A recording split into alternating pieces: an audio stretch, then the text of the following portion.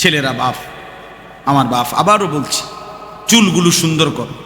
প্রিয় ভাই, কেন জানি ভয় হয়, খুব কাছাকাছি দাজ্জালের আক্রমণ হবে। আর এই চুলের বিকৃত চুল, এটা দাজ্জালের বৈশিষ্ট্য। বিশ্বাস করো ভাইয়া, এমন চুল রাইখো না বা। এইভাবে বাপ মা, পরিবার, ধর্ম, ইসলাম থেকে বিচ্ছিন্ন হয়ে, এই তোমাদের এইদের যাদের এই বিশ্রী চুল, বিশ্বাস করো এটার কারণে তোমাদের বাবা মা, পরিবারের সাথে তোমাদের কোনো পরিচয় নাই। কারণ তুমি সম্পূর্ণ ভিন্ন। তোমার বাবা একরকম, তুমি আরেক রকম। তোমার ধর্ম একরকম, তুমি ভিন্ন রকম। তোমার আল্লাহর হুকুম একরকম, তুমি ভিন্ন রকম। তোমার রসুলের সুন্নাত একরকম, তুমি ভিন্ন রকম। সাহাবায়ে কেরাম একরকম, তুমি ভিন্ন রকম। আউলিয়ায়ে কেরাম একরকম, তুমি ভিন্ন রকম। ওলামায়ে কেরাম একরকম, তুমি ভিন্ন রকম। ইমাম সাহেব একরকম, তুমি ভিন্ন রকম। মুয়াজ্জিন সাহেব একরকম, তুমি ভিন্ন রকম। না তোমার বাবার সাথে তোমার মিল আছে, না দাদার সাথে তোমার মিল আছে, না তোমার বংশের সাথে তোমার মিল আছে, না মুসলমানের সমাজের সাথে তোমার কোনো মিল আছে। অতএব এটা ভেবে দেখো, ভেবে দেখো।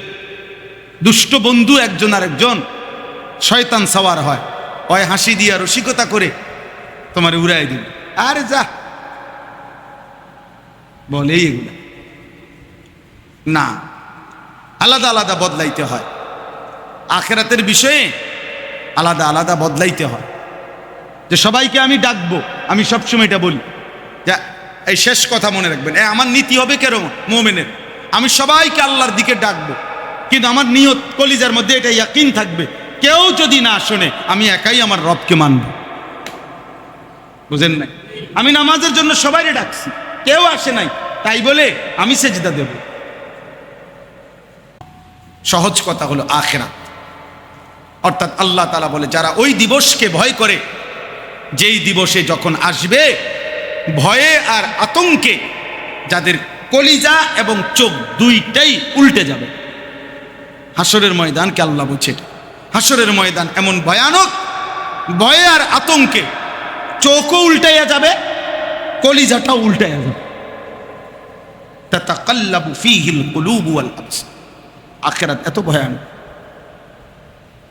আমি এটাই তো বললাম একটু আগে, যে ১৬ লাখ আম্বিয়া যেই মাঠের ভয়ে কাঁদছে, সেই মাঠের নাম কি? হাসরের। বলেন না কি মাঠ? তাহলে আপনি আমি, এই জন্য এই চারটা আল্লাহ বলে, তারাই মানুষ যাদের চাকরি, ব্যবসা, কৃষি, ক্ষেত খামার, যাদের উপার্জন, পড়ালেখা, যাদের রান্না বান্না, সব কিছু তাদেরকে চারটা জিনিস ভুলায় না। ১, আল্লাহর জিকির। ২, ৫ ওয়াক্ত নামাজ। ৩, বছর শেষে হিসাব করে যাকাত। ৪, আখিরাত। কয়টা? ১ নম্বর কি বলেন? আল্লাহর জিকির। বলেন ২ নম্বর? না, নামাজ। আমিও নামাজ কই নাই। না না, আমি যেটা কইছি, আমি সালাত কই নাই, না নামাজও বলিনি। ওকে, মাশাআল্লাহ। আমি বলছি ৫ ওয়াক্ত নামাজ। আপনি হেঁটে কোন? আপনি ওই শুক্রবারের ২ রাকাত, হ্যাঁ, মানে সংবং পাইছে। অনেক আছেন আমাদের তো বড় অংশ, উনি মনে করে আমরা বেউকুফ। কিছু লোক আছে না, মনে করে আমরা যারা ৫ ওয়াক্ত নামাজ পড়ি আমরা বেউকুফ, তাই নে চালাক। বেটা, তুই সারা সপ্তাহ লাগাইয়া যা করস, আমি তো শুক্রবারে ২ রাকাত দিয়েই তা হাসিল করে লাইছি। আরে সুবহানাল্লাহ, আপনি শুধু ভাত খান, আমরা চিড়া খাই ভিজাইয়া পানি দিয়া। আমরা বেউকুফ পাইছেন আপনি নাম করে? হ্যাঁ, আপনারে কোন শয়তানে বলছে, কোন ইবলিসে বলছে বেটা যে মুসলমানের উপরে শুধু জুমা ফরজ, মুসলমানের উপরে ৫ ওয়াক্ত নামাজ ফরজ? শুক্রবার দিন জুমা কোনো আলাদা না, শুক্রবার দিনও নামাজ ৫ ওয়াক্তই। কথা বলে না? শুক্রবারে নামাজ কয় ওয়াক্ত? তো ৫ ওয়াক্তই তো। তাইলে জুমার নামাজ ফজিলত অনেক, তো পৃথক নামাজ না, যে জোহর একটা আছে একটা পৃথক, ঈদের নামাজে না পৃথক নামাজ, জানাজার নামাজে না পৃথক নামাজ, জুমার নামাজ পৃথক। তাইলে নামাজ তো ৫ ওয়াক্ত, এই জন্য এটা জরুরি। 5 ওয়াক্ত নামাজ পড়তে হবে। ফজরের নামাজ যে পড়ে না, রাসূলুল্লাহ সাল্লাল্লাহু আলাইহি সাল্লাম সরাসরি বলছে সে মুনাফিক। সরাসরি বলছে মুনাফিক। হযরত আব্দুল্লাহ ইবনে ওমর বলছে, নবীজির জামানায় ফজরের অনুপস্থিতি দেখে আমরা মুনাফিক চিহ্নিত করতাম। হযরত আব্দুল্লাহ ইবনে মাসউদ বলছে যে নবীজির জামানায় যারা প্রকৃত মুনাফিক, আমরা যারা নিশ্চিত ছিলাম যাদের ব্যাপারে মুনাফিক, তারাও লজ্জায় মানুষ যাতে মুনাফিক না বলে এই লজ্জা থেকে বাঁচার জন্য খোদার কসম তিনি বলেন তারাও ফজরের নামাজের জামাতে আসে। হযরত আব্দুল্লাহ ইবনে মাসউদ বলছে যে নবীজির জামানায় চিহ্নিত মুনাফিকরাও ফজরের জামাতে আসে। আর তুমি নিজেকে মুসলমান বলো, অথচ 2-4-6 মাসের মধ্যেও কেউ কোনো দিন ফজরের নামাজের মসজিদে তোমারে দেখে না। কি ভাইয়া, এ কেমন মুসলমান? এ তো আইডি কার্ডের মুসলমান, এ তো জন্ম নিবন্ধন সনদের মুসলমান। এটা বোঝা উচিত। হাসরের ময়দানে জন্ম নিবন্ধন দেখবে না, হাসরের ময়দানে আইডি কার্ড নিবে না, হাসরের ময়দানে কপাল দেখবে। সীমাহুম ফি বুজুহিহিম মিন আসারিস সুজুদ। আল্লাহ তাআলা বলেন ওই কপালের মধ্যে সেজদার চিহ্ন ঝলঝল করবে। নবীজি বলছেন আমার উম্মতের ওযুর জায়গাগুলো হাসরের ময়দানে গুররাম মুহাজ্জালিন, 1 লক্ষ ঘোড়ার মধ্যেও যদি একটা ঘোড়ার কপালের মধ্যে লাল চিহ্ন থাকে আলাদা, এটা যেমন চিনা যায়, কোটি কোটি উম্মতের মধ্যে আমার উম্মতের, আমি রাসূলের উম্মতের ওযুর চিহ্নগুলো জায়গাগুলো এভাবে ঝলঝল করবে নূরে, এতেই গোটা হাসরবাসী চিনবে এই আখিরি পয়গম্বরের উম্মত, এই আখিরি পয়গম্বরের উম্মত, এই মুহাম্মদ আরবির উম্মত। দেখো যার সেজদার চিহ্ন, যার ওযুর জায়গা ঝলঝল করছে। গুররাম মুহাজ্জালিন বিআসারিল ওযু। বেকুব মনে করছো তোমরা আমগরে? হ্যাঁ, বোকা মনে করছো মিয়া? 5 ওয়াক্ত নামাজ পড়ে আমরা বোকা, হালাল পথে চলে আমরা বোকা না? বোকা নামে হাসরের ময়দানে দেখবা ইনশাআল্লাহ কে বোকা কে চালাক। আল্লাহ হেফাজত করে। শেষ কথা হলো, আল্লাহ বলেন এই 4টা জিনিস ঠিক রেখে যে তার জীবন চালায়, লিয়াজজিয়াহুমুল্লাহু আহসানা মা আমিলু, আমি তার সমস্ত কাজের সর্বোত্তম বিনিময় আমি আল্লাহ দেব। অর্থাৎ তার সব কিছুর বিনিময় দেব। সব কিছু মানে তার নামাজের বিনিময় দেবো, তার ব্যবসার বিনিময়। বুঝেন নাই? মা আমিলু, সে যা করবে আর সব কিছুর বিনিময়। তার সংসার করে, বউ বাচ্চার খরচ করে, এগুলোর জন্য নেকি দেবো। স্বামী স্ত্রী মিলন করে, এটারও নেকি দেবো।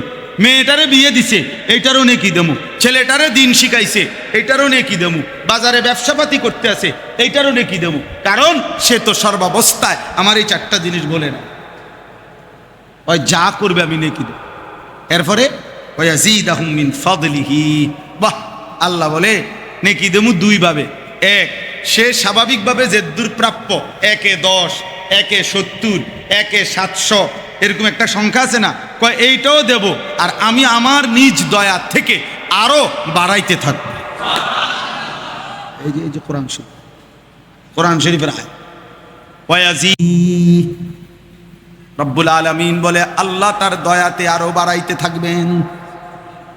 আমার শায়েখ আল্লামা মুফতি মুশতাকুন নবী কাসিমি হুজুর বলেন, আল্লাহকে যদি বান্দা জিজ্ঞেস করে মাওলা আপনি বাড়াইবেন কতক্ষণ, আল্লাহ বলবেন বান্দা আমি আছি যতক্ষণ। এবার যদি বলেন মাওলা আপনি আছেন কতক্ষণ, রব্বুল আলামিন বলবে বান্দা আমি তো আছি সারাক্ষণ। আল্লাহ আছেন কতক্ষণ? আল্লাহ নাই কতক্ষণ? সারাক্ষণ আছেন। আল হাইয়ুল কাইয়ুম, রব ঘুমায় কখন? রব বিশ্রাম নেয় কখন? আল্লাহর অবসর কখন? ছুটি কখন?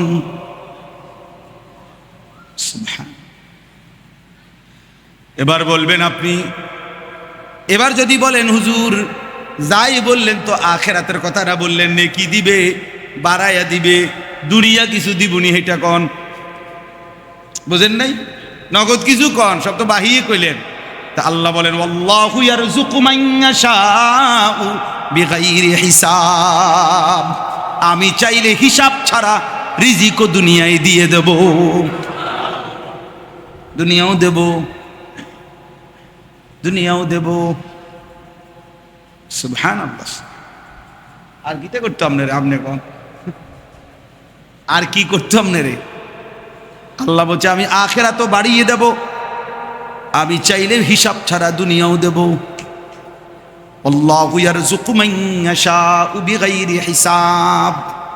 আল্লাহ আমাদেরকে তৌফিক দান করেন। চলেন বাপ, এতগুলো কথা বলার মাকসাদ এই, আমরা যেন আমাদের জীবন সুন্দর করি। হ্যাঁ ছেলেরা, বাপ, আমার বাপ, আবারও বলছি, চুলগুলো সুন্দর কর। প্রিয় ভাই, কেন জানি ভয় হয়, খুব কাছাকাছি দাজ্জালের আক্রমণ হবে। আর এই চুলের বিকৃত চুল, এটা দাজ্জালের বৈশিষ্ট্য। বিশ্বাস করো ভাইয়া, এমন চুল রাইখো না বা। এইভাবে বাপ মা, পরিবার, ধর্ম, ইসলাম থেকে বিচ্ছিন্ন হয়ে, এই তোমাদের এইদের যাদের এই বিশ্রী চুল, বিশ্বাস করো এটা কারণে তোমাদের বাবা মা, পরিবারের সাথে তোমাদের কোনো পরিচয় নাই। কারণ তুমি সম্পূর্ণ ভিন্ন। তোমার বাবা একরকম, তুমি আরেক রকম। তোমার ধর্ম একরকম, তুমি ভিন্ন রকম। তোমার আল্লাহর হুকুম একরকম, তুমি ভিন্ন রকম। তোমার রসুলের সুন্নাত একরকম, তুমি ভিন্ন রকম। সাহাবায়ে কেরাম একরকম, তুমি ভিন্ন রকম। আউলিয়ায়ে কেরাম একরকম, তুমি ভিন্ন রকম। ওলামায়ে কেরাম একরকম, তুমি ভিন্ন রকম। ইমাম সাহেব একরকম, তুমি ভিন্ন রকম। মুয়াজ্জিন সাহেব একরকম, তুমি ভিন্ন রকম। না তোমার বাবার সাথে তোমার মিল আছে, না দাদার সাথে তোমার মিল আছে, না তোমার বংশের সাথে তোমার মিল আছে, না মুসলমানের সমাজের সাথে তোমার কোনো মিল আছে। অতএব এটা ভেবে দেখো, ভেবে দেখো। দুষ্ট বন্ধু একজন আর একজন শয়তান সওয়ার হয়, হয় হাসি দিয়া রসিকতা করে তোমার উড়াই দিবে, আরে যা বলেই এগুলা না। আলাদা আলাদা বদলাইতে হয়, আখিরাতের বিষয়ে আলাদা আলাদা বদলাইতে হয়। যে সবাইকে আমি ডাকবো, আমি সবসময় এটা বলি, যা এই শেষ কথা মনে রাখবেন, আমার নীতি হবে কেরম মুমিনের, আমি সবাইকে আল্লাহর দিকে ডাকবো, কিন্তু আমার নিয়ত কলিজার মধ্যে এটা ইয়াকিন থাকবে, কেউ যদি না শোনে আমি একাই আমার রবকে মানব। বুঝেন নাই? আমি নামাজের জন্য সবাইকে ডাকছি, কেউ আসে নাই, তাই বলে আমি সেজদা দেব না। নবীজি সাল্লাল্লাহু আলাইহি সাল্লাম এটা বলছে, আমি বলতেই আছি উম্মত, কিন্তু তাই বলে কেউ যদি নাও শোনে তবু আমি আমার রবকে ছাড়ব। নবীজি বলছেন হযরত হুযাইফাকে, সাহাবী হুযাইফা, ওনারে বলছে হুযাইফা, প্রয়োজনে গাছের শিকড়, গাছের গোড়ালি কামড়াইয়া ধরে হলো তুমি একাই আল্লাহ দ্বীনের উপরে থাকবে। যদি কখনো কাউকে না পাও, ঠিক আছে সবাইরে ছেড়ে দিলাম, কিন্তু তুমি দ্বীন ছেড়ো। আল্লাহ আমাদের সন্তানদেরকে তৌফিক দান করেন। আল্লাহ তাআলা প্রতিটা মুসলমানের বাচ্চাকে কবুল করে নেন। আজকের এই ইসলাহি মজলিস, যাদের কষ্ট, যাদের ফিকির, যাদের আয়োজনে, আল্লাহ তাআলা সবাইকে উত্তম বিনিময় দান করেন। আলহামদুলিল্লাহি রাব্বিল আলামিন। আল্লাহুম্মা আনতাস সালাম ওয়া মিনকাস সালাম, তাবারাকতা ইয়া দাল জালাল